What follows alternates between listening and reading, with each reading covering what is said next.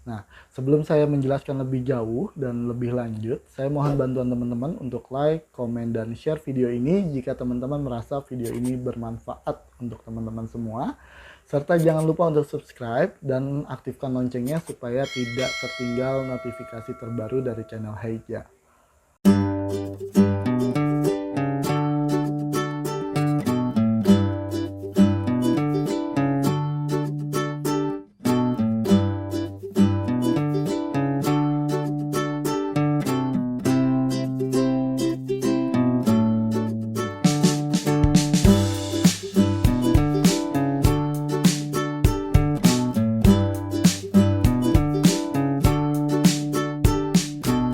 Assalamualaikum warahmatullahi wabarakatuh. Pada kesempatan video kali ini, saya ingin membagikan sebuah presentasi PowerPoint, di mana presentasi PowerPoint ini bisa teman-teman gunakan sebagai presentasi untuk sidang skripsi teman-teman semua.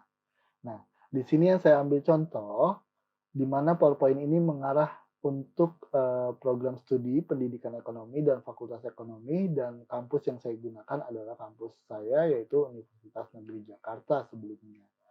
Baik, PowerPoint ini menampilkan beberapa tampilan vektor, di mana vektor-vektor gambar-gambar vektor yang saya gunakan di sini teman-teman bisa download pada halaman StorySet yang ada di sini.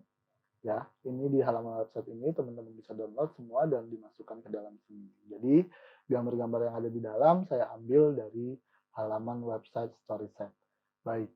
Nah, PowerPoint ini terdiri dari 20 slide teman-teman, di mana 20 slide ini terbagi untuk 5 bab dan setiap babnya memiliki jumlah slide yang berbeda.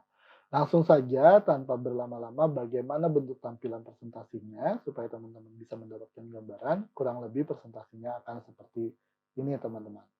Nah, di halaman awal teman-teman akan disajikan dengan tampilan berupa logo universitas, kemudian program studi, fakultas, dan nama universitas serta tahun pelaksanaan presentasi skripsinya.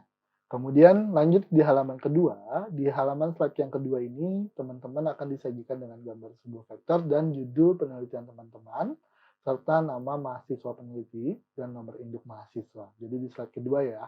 Kemudian untuk slide ketiga dan seterusnya itu berisi dari mulai bab 1 sampai dengan bab 5. Bagaimana tampilan di slide ketiga? Kurang lebih seperti ini teman-teman. Untuk di bab 1 slide pertama, saya menyediakan untuk latar belakang masalah, di mana pada slide ini teman-teman bisa menampilkan atau mempresentasikan 3 buah presentasi terkait latar belakang masalah. Atau kalau misalnya nanti teman-teman ingin menggunakan presentasi ini tapi latar belakang masalahnya lebih dari 3, teman-teman cukup kopikan saja. Oke, itu untuk slide pertama di bab 1, dan ini untuk slide kedua di bab 1, isinya adalah tentang identifikasi masalah. Nah, identifikasi masalah ini teman-teman terdiri dari 4 identifikasi yang saya sediakan. Sekali lagi, kalau teman-teman ingin menambahkan atau mengurangi, teman-teman cukup mengkopikan atau menghapusnya saja. Kemudian di slide yang ketiga berisi tentang pembatasan masalah. Nah, untuk pembatasan masalah ini saya hanya menyediakan satu buah text box teman-teman. Sekali lagi, kalau teman-teman memang tidak membutuhkan pembatasan masalah, teman-teman bisa hapus slide-nya. Kemudian lanjut ke slide keempat pada bab 1. Ini untuk rumusan masalah. Sekali lagi saya menyediakan 3 buah rumusan masalah. Kalau teman-teman lebih dari 3, teman-teman bisa mengkopikan lagi, atau misalnya hanya 2, berarti tinggal mendelete saja untuk rumusan masalah, poin rumusan masalahnya. Dan sampai di slide yang terakhir untuk bab 1, ini berisi tentang kegunaan penelitian. Saya menyediakan 2 buah. Pertama untuk kegunaan teoritis dan yang kedua adalah untuk kegunaan praktis. Jadi itu untuk bab 1 teman-teman, terdiri dari 5 slide mulai dari latar belakang masalah sampai dengan kegunaan penelitian. Kemudian lanjut di bab kedua, ini terdiri dari 3 buah slide. Slide yang pertama yaitu berisi tentang kajian teoritik, di mana teman-teman bisa menampilkan teori-teori apa saja yang teman-teman gunakan di dalam penelitian tersebut, dan saya hanya menyediakan 3. Kalau misalnya teman-teman lebih dari 3, teman-teman bisa mengkopikan slide-nya sehingga bertambah jumlah slide-nya dari 20 menjadi 21, atau kalau misalnya kurang dari 3, berarti teman-teman cukup menghapus salah satu poin dari kajian teoritiknya saja. Nah, ini untuk slide yang pertama, lanjut ke slide yang kedua di bab kedua, yaitu berisi tentang penelitian relevan. Di sini saya menyediakan 4 buah penelitian relevan, mulai dari tahun 2018 sampai dengan 2021. Sekali lagi, kalau teman-teman berbeda dengan teman-teman, teman-teman cukup ganti saja di sini. Nah, untuk di bagian yang pertama, misalnya di 2018, untuk Ipsum-nya itu teman-teman bisa ganti dengan judulnya atau dengan nama penelitian sebelumnya, nama peneliti sebelumnya, dan di bawahnya tinggal masukkan judul penelitiannya. Itu untuk penelitian relevan. Lanjut ke slide ketiga, di bab kedua atau slide yang terakhir ini berisi tentang hipotesis penelitian teman-teman. Di mana pada slide ini saya sekali lagi hanya memberikan satu buah text box. Ya, kalau berbeda dari teman-teman, teman-teman bisa mengeditnya lagi karena presentasi yang saya buat ini sangat mudah untuk dimodifikasi. Oke, ini untuk yang bab kedua, lanjut ke bab yang ketiga. Di bab yang ketiga ini, slide yang pertama itu berisi tentang tujuan penelitian. Dan untuk di bab ketiga ini, saya menyediakan 5 buah slide, mulai dari tujuan penelitian yang pertama, kemudian yang kedua. Ada tempat dan waktu penelitian, untuk slide yang kedua. Slide yang ketiga di bab ketiga ini ada tentang metodologi penelitian. Kemudian untuk slide yang keempat adalah tentang populasi dan sampel. Ya, jadi ada populasi dan sampel. Di sini saya menyediakan dua. Kalau berbeda, teman-teman tinggal tambahkan atau tinggal mengurangi saja. Kemudian di slide yang terakhir di bab ketiga ini saya menyediakan untuk teknik analisis data. Nah, teknik analisis data di sini saya menyediakan 4 buah text box, mulai dari text box yang pertama, kedua, ketiga, dan keempat. Jadi ada 5 buah slide untuk di slide, untuk di bab ketiga. Oke, sekali lagi kalau berbeda dengan teman-teman, teman-teman bisa menambahkan atau mengurangi jumlah slide atau jumlah text box yang saya sediakan. Oke, lanjut sekarang ke bab keempat. Nah, di bab keempat ini saya hanya menyediakan 2 buah slide, teman-teman. Di mana 2 buah slide ini fokusnya hanya menyajikan hasil penelitian. Sekali lagi, kalau berbeda berarti teman-teman cukup menambahkan atau mengurangi saja. Nah, ini untuk slide yang pertama dan ini untuk tampilan slide yang kedua di bab keempat. Oke, kita masuk sekarang ke bab terakhir, bab kelima. Di sini untuk slide pertama saya menyediakan untuk slide kesimpulan, di mana saya menyediakan 4 buah text box kesimpulan.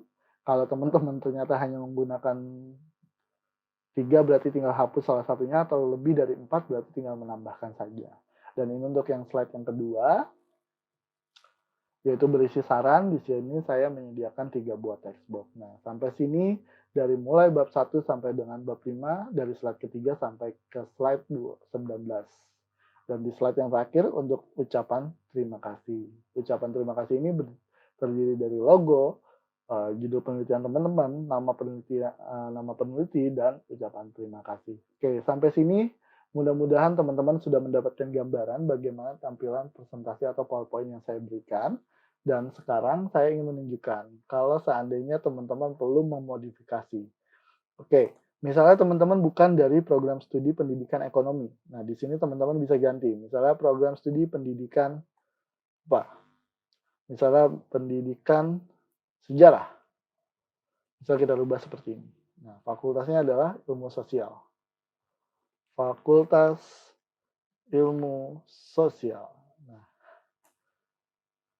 ini setelah teman-teman rubah di sini, saya harap teman-teman juga bisa merubahnya di sini.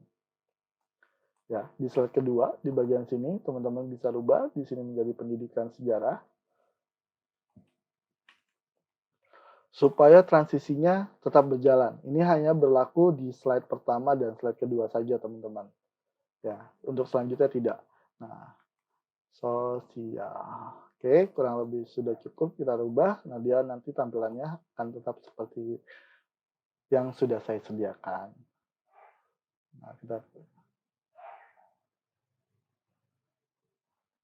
ini. Oke, sampai sini mudah-mudahan teman-teman bisa mendapatkan gambarannya untuk pengeditannya nanti seperti apa. Nah, PowerPoint ini bisa teman-teman dapatkan di mana? Teman-teman bisa dapatkan dengan mengakses link yang sudah saya sediakan pada deskripsi video ini. Dan saya mohon kepada teman-teman, ketika ingin menggunakan slide PowerPoint ini sebagai acuan atau untuk pedoman teman-teman dalam menyusun paparan atau presentasi untuk sidang skripsi, saya mohon tinggalkan komen pada artikel yang dituju nanti ketika mendownload atau dengan me-like, membagikannya juga kepada teman-teman semua, teman-teman lainnya, supaya bisa lebih banyak orang yang merasakan manfaatnya dari presentasi atau contoh presentasi yang saya buat. Terima kasih sampai sini teman-teman, mudah-mudahan dapat dipahami. Kita ketemu lagi pada video selanjutnya. Wassalamualaikum warahmatullahi wabarakatuh.